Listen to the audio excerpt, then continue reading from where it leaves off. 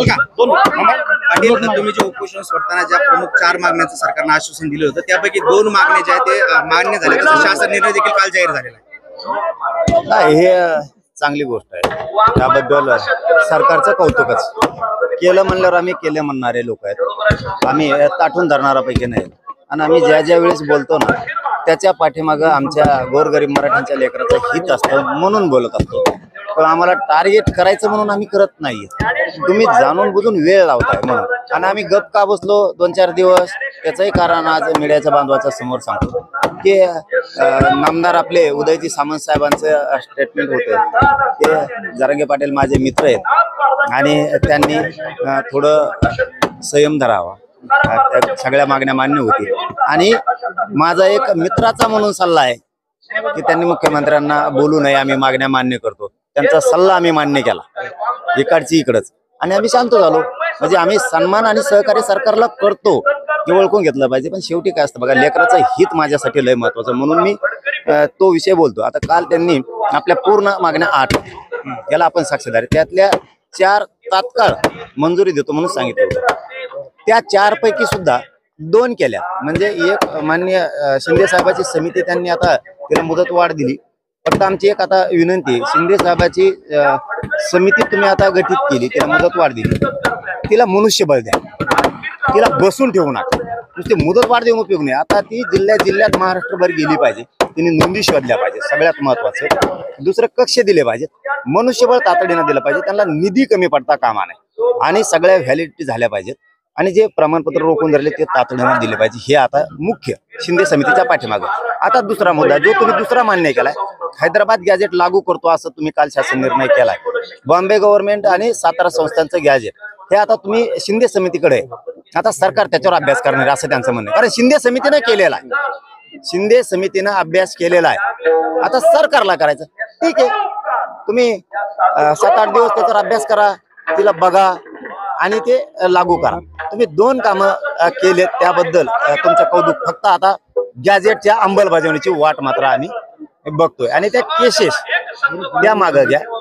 बलिदान गेलेल्या कुटुंबांचे विषय त्याच्यात घेतलेले आहेत आपण, त्यांचे निधी आणि नोकऱ्या गेलेल्या नाहीत. ज्या 4 मागण्या त्या दिवशी ठरल्या त्या तुम्ही आता तातडीनं लागू करा. पाटील,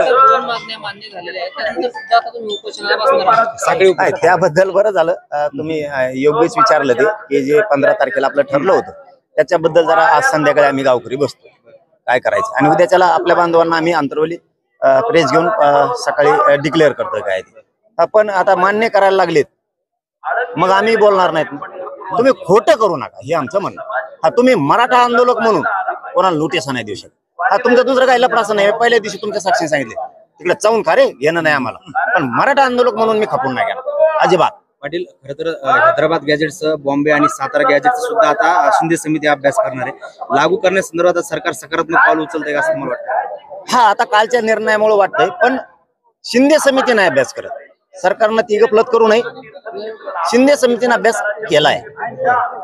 आता सरकारला जर त्याला काही 7-8 दिवस अभ्यास करायचा असेल तर त्यांनी करावं, त्याची अंमलबजावणी करावी, आम्हाला वाट बघायला लावून.